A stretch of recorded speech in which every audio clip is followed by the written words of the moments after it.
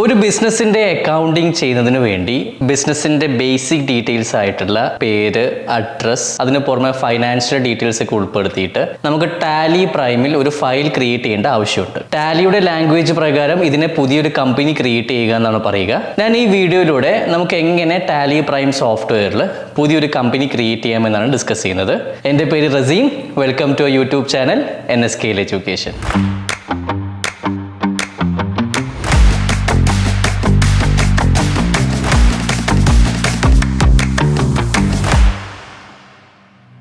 Tally software open ചെയ്ത് കഴിഞ്ഞാൽ ഏറ്റവും ആദ്യം നിങ്ങൾക്ക് കാണുന്ന സ്ക്രീൻ സെലക്ട് കമ്പനി സ്ക്രീൻ ആയിരിക്കും. ഇതിൽ ഏറ്റവും ആദ്യം കാണുന്ന ഓപ്ഷനാണ് create company option. Create company ഓപ്ഷനിൽ ക്ലിക്ക് ചെയ്യുക. കമ്പനി ക്രിയേഷൻ സ്ക്രീൻ ഓപ്പൺ ചെയ്ത് കഴിഞ്ഞാൽ നിങ്ങൾക്ക് ഏറ്റവും ആദ്യം കാണുന്ന ഓപ്ഷൻ എന്ന് പറയുന്നത് കമ്പനി ഡാറ്റ പാത്ത് ഓപ്ഷനാണ്. അതായത് നിങ്ങൾ ഇപ്പോൾ ക്രിയേറ്റ് ചെയ്യുന്ന ഈ ഒരു ഫയൽ നിങ്ങളുടെ സിസ്റ്റത്തിൽ ഏത് ഫോൾഡറിലാണ് സേവ് ആവുന്നതാണ് ഇവിടെ കാണിക്കുന്നത്. ബൈ ഡിഫോൾട്ട് നിങ്ങൾക്ക് ഇതിൽ കാണാൻ പറ്റും. ഇപ്പോൾ എൻ്റെത് C ഡ്രൈവിൽ ടാലി പ്രൈം എന്നുള്ള ഫോൾഡറിൽ ഡാറ്റ എന്നുള്ള ഫോൾഡറിലാണ് ഇതിപ്പോൾ സേവ് ആവുന്നത് ഈ കമ്പനി. അടുത്ത ഓപ്ഷൻ എന്ന് പറയുന്നത് കമ്പനി നെയിമാണ്. ഇവിടെ കൊടുക്കേണ്ടത് നമ്മുടെ ബിസിനസ്സിൻ്റെ പേരാണ്. ഞാനിവിടെ കൊടുക്കുന്നത് നമ്മുടെ ബിസിനസ് രജിസ്റ്റർ ചെയ്തിരിക്കുന്ന പേര് എന്താണോ അതാണ് കമ്പനി നെയിമിൽ കൊടുക്കുന്നത്.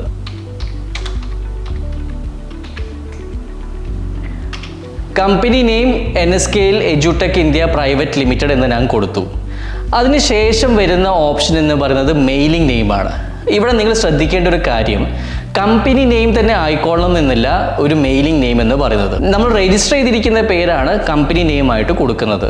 അതുപോലെ ആയിരിക്കില്ല നമ്മളിപ്പോൾ നമ്മുടെ നെയിം ബോർഡിൽ വെക്കുന്ന പേര്, അല്ലെങ്കിൽ കമ്മ്യൂണിക്കേഷന് യൂസ് ചെയ്യുന്ന പേര്, അതല്ലെങ്കിൽ ഈ സിസ്റ്റത്തിൽ നിന്ന് നമ്മളൊരു ഇൻവോയ്സ് ഇഷ്യൂ ചെയ്യുമ്പോൾ ഇൻവോയ്സിൽ കാണിക്കുന്ന പേരും വ്യത്യാസം ഉണ്ടായേക്കാം. ഇവിടെ മെയിലിംഗ് നെയിമിൽ കൊടുക്കേണ്ടത് അങ്ങനെയുള്ള പേരാണ്. ഞാൻ ഇവിടെ മെയിലിംഗ് നെയിമായിട്ട് കൊടുക്കുന്നത് NSKL എഡ്യൂക്കേഷൻ എന്നാണ്. എൻ്റർ കീ പ്രസ് ചെയ്ത് കഴിഞ്ഞാൽ നിങ്ങൾക്ക് അടുത്ത ഓപ്ഷനിലേക്ക് പോകും. നെക്സ്റ്റ് ഓപ്ഷൻ ചോദിക്കുന്നത് കമ്പനിയുടെ അഡ്രസ് ഡീറ്റെയിൽസ് കാര്യങ്ങളാണ്. നിങ്ങൾ ഇൻവോയ്സ് ഒക്കെ ഇഷ്യൂ ചെയ്യുമ്പോൾ എങ്ങനെ ആവണം നിങ്ങളുടെ അഡ്രസ്സ്, അതുപോലെ ഇവിടെ ടൈപ്പ് ചെയ്ത് കൊടുക്കുക. അടുത്ത ഓപ്ഷൻ എന്ന് പറയുന്നത് സ്റ്റേറ്റ് ആണ്. ഒരു കാര്യം പ്രത്യേകിച്ച് ശ്രദ്ധിക്കേണ്ടത്, സോഫ്റ്റ്വെയറിനെ സംബന്ധിച്ചിടത്തോളം നിങ്ങൾ ഇവിടെ എന്ത് സ്റ്റേറ്റ് കൊടുക്കുന്നോ അതിൻ്റെ അടിസ്ഥാനത്തിലായിരിക്കും സോഫ്റ്റ്വെയർ നിങ്ങളുടെ ടെറിട്ടറി നിശ്ചയിക്കുന്നത്. ടാലി വേറെ രീതിയിൽ സംവിധാനങ്ങളൊന്നുമില്ല. സോഫ്റ്റ്വെയറിന് എന്ത് കീ കൊടുക്കുന്നോ അതിനനുസരിച്ചിട്ടായിരിക്കും നിങ്ങളുടെ ടെറിട്ടറി സോഫ്റ്റ്വെയർ മനസ്സിലാക്കുക. ഇപ്പോൾ ചെറിയ എക്സാമ്പിൾ പറയുകയാണെങ്കിൽ, ഇപ്പോൾ GST ആയിട്ട് ബന്ധപ്പെട്ട ട്രാൻസാക്ഷൻ നിങ്ങൾ പോസ്റ്റ് ചെയ്യുകയാണ്. അത് സപ്ലൈ ഇൻഡർ സ്റ്റേറ്റ് ആണോ ഇൻട്രാ സ്റ്റേറ്റ് ആണോ എന്നൊക്കെ സോഫ്റ്റ്വെയർ ഡിറ്റർമൈൻ ചെയ്യുന്നത് നിങ്ങൾ ഏത് സ്റ്റേറ്റ് കൊടുക്കുന്നതിൻ്റെ അടിസ്ഥാനത്തിലായിരിക്കും. അപ്പോൾ ഇവിടെ കറക്റ്റ് സ്റ്റേറ്റ് ചൂസ് ചെയ്യേണ്ടത് വളരെ ഇമ്പോർട്ടൻ്റ് ആണ്. ഞാനിവിടെ ലിസ്റ്റ് ഓഫ് സ്റ്റേറ്റിൽ നിന്നും കേരള ഓപ്റ്റ് ചെയ്തിരിക്കുന്നു. അടുത്തത് നിങ്ങളുടെ ബേസിക് ആയിട്ടുള്ള ഡീറ്റെയിൽസ് ആണ്. അതിൽ നെക്സ്റ്റ് ഓപ്ഷൻ എന്ന് പറയുന്നത് പിൻകോഡാണ്. പിൻകോഡും നിങ്ങൾ കൊടുക്കേണ്ടത് കറക്റ്റായിട്ട് തന്നെ കൊടുക്കണം. ഈ സോഫ്റ്റ്വെയർ ഉപയോഗിച്ചിട്ട് നമുക്ക് ഇ-വേ ബിൽ പോലത്തുള്ള ഇൻസ്ട്രുമെൻറ്റ്സ് ഒക്കെ ഇഷ്യൂ ചെയ്യുന്ന സാഹചര്യത്തിൽ പിൻകോഡ് കറക്റ്റ് ആയിരിക്കേണ്ടത് വളരെ നിർബന്ധമാണ്. അതിനുശേഷമുള്ള telephone, mobile phone number, email, fax എന്നീ ഡീറ്റെയിൽസ് ഒക്കെ നിങ്ങളുടെ എന്താണോ ഇൻഫോർമേഷൻ അത് പ്രകാരം കൊടുക്കുക. എൻ്റർ കീ പ്രസ് ചെയ്ത് കഴിഞ്ഞാൽ നിങ്ങൾക്ക് ഓപ്ഷൻ സ്കിപ്പ് ചെയ്യാനും പറ്റുന്നതാണ്. അടുത്തത് കുറച്ച് ഇമ്പോർട്ടൻ്റ് ആയിട്ടുള്ളൊരു കാര്യമാണ്. നിങ്ങൾക്ക് ഇവിടെ കാണാൻ സാധിക്കും ഫിനാൻഷ്യൽ ഇയർ ബിഗിനിങ് ഫ്രമും ബുക്സ് ബിഗിനിങ് ഫ്രമും. ഇത് ഫില്ലപ്പ് ചെയ്യുന്നതിന് മുമ്പായിട്ട് എന്താണ് ഫിനാൻഷ്യൽ ഇയർ എന്നുള്ളത് നിങ്ങൾ മനസ്സിലാക്കണം. പൊതുവേ നമ്മളൊരു കലണ്ടർ ഇയർ എന്ന് പറയുന്നത് 12-month period January to December ആയിരിക്കും.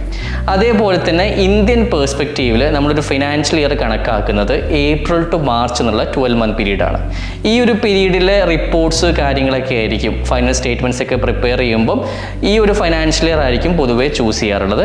ഇവിടെ ചോദിക്കുന്നത് ഫിനാൻഷ്യൽ ഇയർ ബിഗിനിങ് ഫ്രം ആണ്. അതായത് ഈ ഒരു ഫിനാൻഷ്യൽ ഇയറിൻ്റെ ബിഗിനിങ് ഡേറ്റ് എന്താണെന്നാണ് ചോദിക്കുന്നത്. എക്സാമ്പിൾ പറയുകയാണെങ്കിൽ 23-24 ഫിനാൻഷ്യൽ ഇയർ, അതായത് 1st April 2023 മുതൽ 31st March 2024 പീരീഡിൻ്റെ അക്കൗണ്ടിംഗ് ആണ് ചെയ്യുന്നതെങ്കിൽ അതിൻ്റെ financial year beginning from date എന്ന് പറയുന്നത് 1st April 2023 ആയിരിക്കും.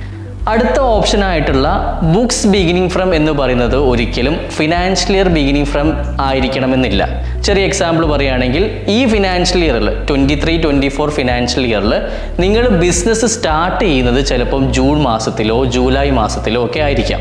ഏത് പീരീഡ്, ഏത് ഡേറ്റ് തൊട്ടാണോ നിങ്ങൾ ബിസിനസ് തുടങ്ങുന്നത്, ഏത് ഡേറ്റിലാണോ നിങ്ങൾക്ക് ക്യാപിറ്റൽ കൊണ്ടുവന്നിരിക്കുന്നത്, അത് മുതലുള്ള ഡേറ്റ് ആണ് ബുക്സ് ബിഗിനിങ് ഫ്രം ഡേറ്റ് ആയിട്ട് കൊടുക്കേണ്ടത്.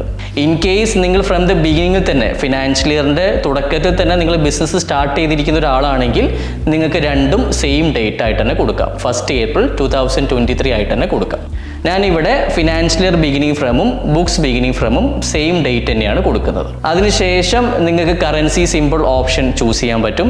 ബൈ ഡിഫോൾട്ട് ഇന്ത്യൻ റുപ്പീസിലായിരിക്കും കാണുക. ഇവിടെ ഇന്ത്യ ഓപ്റ്റ് ചെയ്തുകൊണ്ട് ഇന്ത്യൻ റുപ്പീസിൽ തന്നെയാണ് സിമ്പിളും വരിക. എൻ്റർ കീ പ്രസ് ചെയ്ത് കഴിഞ്ഞാൽ നിങ്ങൾക്ക് ആക്സെപ്റ്റ് എന്നുള്ളൊരു ഓപ്ഷൻ താഴത്ത് വരും. അതായത് ഈ കൊടുത്തിരിക്കുന്ന ഇൻഫോർമേഷൻ പ്രകാരം നിങ്ങൾക്ക് കമ്പനി ക്രിയേറ്റ് ചെയ്യണമെങ്കിൽ ആക്സെപ്റ്റ് ഓപ്ഷനിൽ പോയി യെസ് ബട്ടണിൽ ക്ലിക്ക് ചെയ്യുക. നിങ്ങളുടെ കമ്പനി ഇവിടെ സക്സസ്ഫുള്ളി ക്രിയേറ്റഡ് ആയി. അതിനുശേഷമുള്ള ഓപ്ഷൻസ് എന്ന് പറയുന്നത് നമ്മുടെ ബിസിനസ്സിൻ്റെ ഫീച്ചേഴ്സ് സെറ്റിംഗ് ആണ്. അതായത് നിങ്ങളുടെ ബിസിനസ്സിൻ്റെ പ്രകൃതം എന്താണോ, എന്ത് കൈൻഡ് ഓഫ് ബിസിനസ് ആണോ നിങ്ങൾ ചെയ്യുന്നത്, അതായിട്ട് ബന്ധപ്പെട്ടുള്ള ട്രാൻസാക്ഷൻ അക്കൗണ്ടിങ് ചെയ്യുന്നതിന് വേണ്ടി എന്തൊക്കെ ഫീച്ചേഴ്സ് നിങ്ങൾക്ക് എനേബിൾ ചെയ്യണോ അതൊക്കെ ഇവിടെ എനേബിൾ ചെയ്ത് കൊടുക്കാം. അടിസ്ഥാനപരമായിട്ട് അക്കൗണ്ടിങ്, ഇൻവെൻട്രി, ടാക്സേഷൻ ഫീച്ചേഴ്സുകളൊക്കെയാണ് കൊടുക്കാനുണ്ടാവുക. ആവശ്യമുള്ളത് എന്താണോ അത് യെസ് കൊടുത്ത് എനേബിൾ ചെയ്യാം. അല്ലാണ്ടുള്ളത് നിങ്ങൾക്ക് എന്ത് ചെയ്യാം, നോ ആക്കിയിട്ട് ഡിസേബിൾ ചെയ്യാം. ഇവിടെ അക്കൗണ്ടിങ് ഫീച്ചേഴ്സ് ഞാൻ യെസ് കൊടുത്തു. അതിനുശേഷം ഇൻവെൻട്രി ഫീച്ചേഴ്സ് എനിക്ക് ആവശ്യമില്ല എന്നുണ്ടെങ്കിൽ ഞാൻ നോ ആക്കിയിട്ട് അത് സേവ് ചെയ്യാം. എൻ്റർ കീ പ്രസ് ചെയ്ത് കഴിഞ്ഞാൽ നിങ്ങൾക്ക് ആക്സെപ്റ്റ് എന്നുള്ള ഓപ്ഷൻ എത്തും. ആക്സെപ്റ്റ് എന്നുള്ള ഓപ്ഷനിൽ യെസ് ഓപ്ഷനിൽ പോയി ക്ലിക്ക് ചെയ്ത് കഴിഞ്ഞാൽ നിങ്ങളുടെ കമ്പനി ഇവിടെ സക്സസ്ഫുള്ളി ക്രിയേറ്റഡ് ആയി. ഇതുപോലുള്ള ഇൻഫോർമേറ്റീവ് വീഡിയോസുമായിട്ട് നമുക്ക് വീണ്ടും കാണാം. Thank you.